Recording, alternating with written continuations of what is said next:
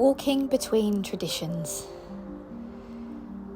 One of the questions I've been asked most often over the years is simple: what kind of pagan are you?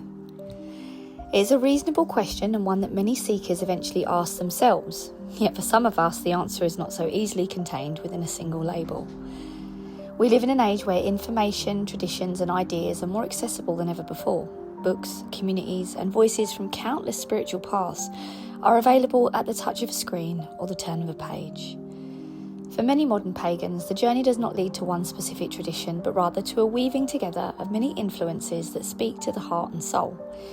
This approach is often called eclectic paganism.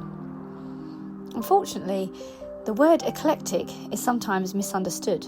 To some, it suggests inconsistency or the careless mixing of whatever happens to be appealing. Critics occasionally dismiss eclectic practice as just making it up, but perhaps all living traditions are, in some sense, made by people seeking meaning. Eclecticism is not about abandoning history, ignoring scholarship, or collecting spiritual ideas like ornaments. It is not an excuse to avoid learning or to disregard the cultures and traditions from which our practices arise. Rather, eclectic paganism is the art of spiritual weaving. It is the recognition that wisdom can be found in many places, and that each of us must ultimately cultivate a practice that is authentic, meaningful, and based on relationship rather than rigid conformity. It is about making something which is our own, and which is a true reflection of who we are and how we wish to work spiritually. There is a profound difference between creating a personal path and simply inventing one without thought or responsibility. Personal practice requires discernment, it requires research, it requires respect. And perhaps most importantly, it requires humility. No one person, no one book, and no one tradition possesses every answer. We are all students of mystery. Throughout history, cultures have rarely existed in complete isolation. Ideas, customs and beliefs have flowed across borders through trade, migration, conquest and conversation. The ancient Greeks encountered Egyptian religion. The Romans absorbed and adapted the gods and practices of the people that they encountered. Celtic and Germanic traditions influenced one another. Folk Christianity and local customs became intertwined across Europe. Human spirituality has always been dynamic. Syncretism, the blending and adaptation of traditions, is not a modern invention. It is part of humanity's spiritual story. This does not mean that every combination is appropriate, nor that all traditions are interchangeable. Respect matters, context matters. Some practices belong within specific cultural frameworks that should be approached with sensitivity and care. To walk an eclectic path is not to claim ownership over everything. It is to recognise that there are things that we may learn from, things we may respectfully admire from a distance, and things that may not belong to us at all. For me, eclecticism is not the rejection of tradition. It is the recognition that tradition itself is alive. Some pagans are reconstructionists, seeking to revive and preserve ancient practices as faithfully as possible. I deeply respect this work. Historical research and reconstruction provide invaluable foundations that help prevent modern paganism from becoming untethered from the cultures and peoples that came before us. Yet history itself is incomplete. Much has been lost, especially from those traditions which were mostly oral, like the Druids of the Celts. Many traditions survive only in fragments, glimpsed through archaeology, folklore, poetry, and the writings of outsiders.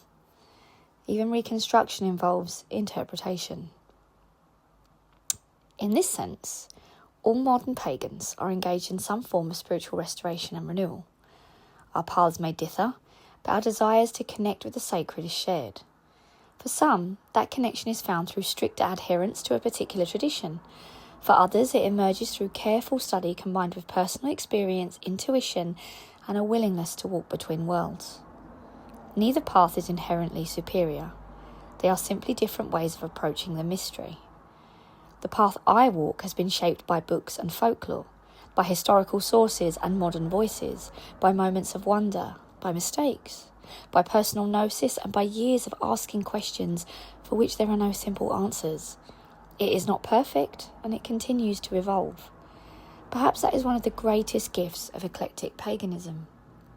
It reminds us that spirituality is not a destination we arrive at once and for all. It is a living relationship. Most of the groups I have been part of or led have been eclectic by their very nature for these very reasons. When you find yourself in a group or community where they want you to follow their way only, and they do exist within modern paganism, I have found myself in them and swiftly removed myself. It can mean that you're closing yourself off to the possibilities of what you could learn, what you can connect with, and what you can experience. You may be confining yourself to a box that doesn't always give a true reflection of who you are on your pagan pathway. With eclectic paganism and witchcraft, we have a constant flow of new inspirations, new interactions, and exciting new things to discover, as well as developing parts of ourselves to a higher level. Much like the spiral, we may return again and again to familiar themes, each time with deeper understanding. And in weaving together the threads that speak to our hearts, we do not diminish the tapestry. We become part of its creation. So whatever path you choose to follow, whether a specific pathway or an eclectic mix where you combine different practices together, it is very much about you finding your own way. What suits you? What speaks to your heart? What feels instinctive and correct for you on your own pathway? Because that is what is at the heart of eclectic paganism and witchcraft. It's about finding a pathway that is entirely, integrally, specifically tailored for you and your own personal practice. I hope you have found this video interesting. If you'd like more videos like this, let me know in the comments. Blessings.